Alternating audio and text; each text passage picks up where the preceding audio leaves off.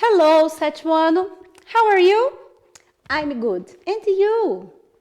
Ok, vamos lá? Tirar nosso tempo para English class, para a aula de inglês, ok? Concentre-se, tira aí um lugar reservado e fique nele, foca nos seus estudos que você vai ter sucesso. Bom, hoje nós vamos falar um pouquinho sobre texto, isso mesmo. Hoje nós vamos debruçar sobre um texto e vamos debruçar também sobre a imagem que vem nesse texto. Na página 89 vocês têm aí, né, um cartoon e também temos o texto ao lado dele. Leia o cartoon abaixo e o texto destacado ao seu lado, tá bom? Tem um destaque aí, que diz: Linguistic variation is natural phenomenon, which does not depend on one's wish for it to happen or not. Opa, peraí, teacher, bugou a cabeça aqui. Então, peraí, tá falando sobre variação linguística. O que é variação linguística, tá bom? Variação linguística é aquilo que a gente comentou na aula passada, que às vezes num lugar fala de um jeito, no outro fala outro, às vezes tem até várias palavras para o mesmo elemento, como por exemplo, né, lá em São Paulo, eu morava em São Paulo, e lá na capital a gente fala suquinho, que é aquele geladinho, aquele sorvetinho que vem num saquinho, a gente falava suquinho. Aqui em Minas eu já vi que fala chup-chup, né? Tem lugar que fala sacolé, tem lugar que fala geladinho, então isso é uma variação linguística, acontece. Não existe só com palavras, tá? Existe também com o ritmo da palavra, com o sotaque, no jeito que fala. A gente fala coração, tem gente que fala coração. No inglês não é diferente, acontece isso também. Então, aqui nós temos, né, uma charge, né, um cartoon, na verdade, com o Batman e o Robin. Observem a imagem, né? My students speak American. Já leva uma bordoada na cara que diz assim, be an educator. Opa, então olha só, ele está dizendo ali, be an educator. Então ele está dando uma corrigida no Robin. Então tem um significado isso? Sim, é relacionado à variação linguística. Então, nós vamos para o exercício. Em relação à imagem, responda. Então ele tem aqui uma reflexão, tá? Ele pede que você faça uma reflexão sobre essa imagem e o texto que está do lado. O que é mais importante ali, tá? Seguindo o exercício, seguindo o texto do exercício, nós temos o seguinte, Caio. O Caio tá me ajudando aqui, gente.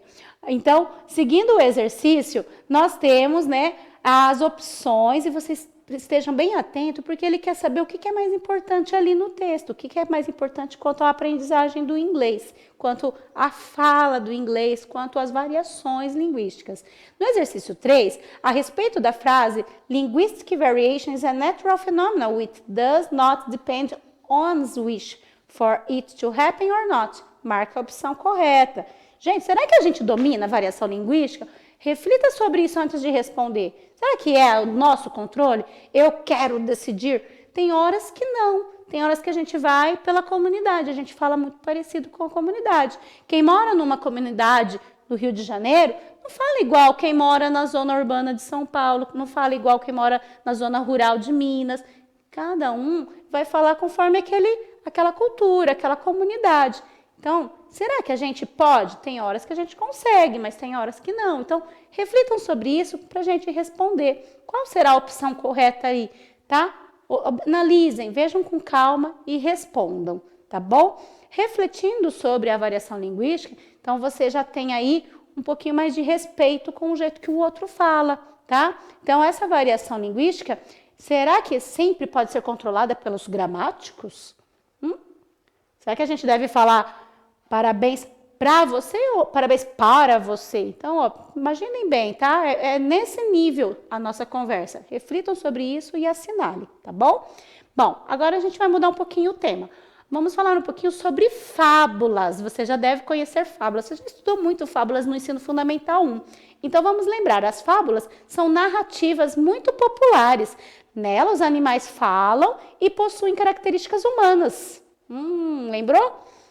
No final, sempre apresentam um ensinamento moral para as pessoas. Esopo foi um escritor de fábulas e nasceu na Grécia Antiga. A fábula que apresentamos se chama A Raposa e as Uvas. Ó, raposa em inglês é fox, Vocês já devem conhecer porque tem um canal de televisão que chama Fox, tem um carro que chama Fox, que significa raposa, tá? E as uvas, uvas em inglês, grapes, grapes, ok? Leia o seguinte texto, então vamos continuando agora na página 90. Você tem uma imagem, olha a imagem importante para o nosso texto, tá bom? Lembra que a gente falou que na fábula os animais eles falam e pensam como seres humanos? Eles têm, né, alguns atributos humanos, algumas características. Então observem ali a raposinha, a fox. E ela está observando uma árvore e esses galhos que tem na árvore tá cheio de uvas. Então observem, ela tem grapes. Então o nosso texto vai decorrendo, você vai precisar ler esse texto. Eu sei que a imagem não está ajudando muito, mas eu já fiz o teste. Se você procurar esse texto na internet, vai achar a mesma imagem, o mesmo texto, e você vai conseguir ler de uma maneira muito mais tranquila. Dá para fazer, tá bom? Tudo dá para fazer, gente. A gente consegue, porque a gente é demais, não é mesmo? Então, a gente tem aqui uma listinha de vocabulário para ajudar você. Esse vocabulário, ele tem algumas palavrinhas, como a palavra to gaze, branch, scornful, e ali tem mais algumas opções. Então, tá traduzindo para você, para te ajudar. Faz aquela listinha de vocabulário que eu já recomendei nas outras aulas e também procurem as palavras cognatas, que a gente já sabe o que são as palavras parecidas com o português, tá bom? Feito isso, agora a gente vai para o exercício. Qual é o exercício de hoje? Numere os trechos de fábula com a ideia principal de cada parágrafo. Tá vendo que tem, ó, trecho 1, trecho 2, trecho 3, trecho 4? Temos 4 trechos do texto. Esse texto, gente, é muito interessante, porque nesse texto a gente sempre tem moral de história numa fábula, não é verdade? A raposinha tá lá observando aquela árvore, ela fica observando as grapes. Quando a gente vê uma fruta ou alguma coisa que nos interessa, a gente fica com a boca cheia d'água, né? Não dá vontade de comer? Pois é mais ou menos essa sensação aí que a raposinha, ela sentiu. E um detalhe importante, ela conseguia alcançar? Na imagem, ela estava subindo lá e pegando a uva.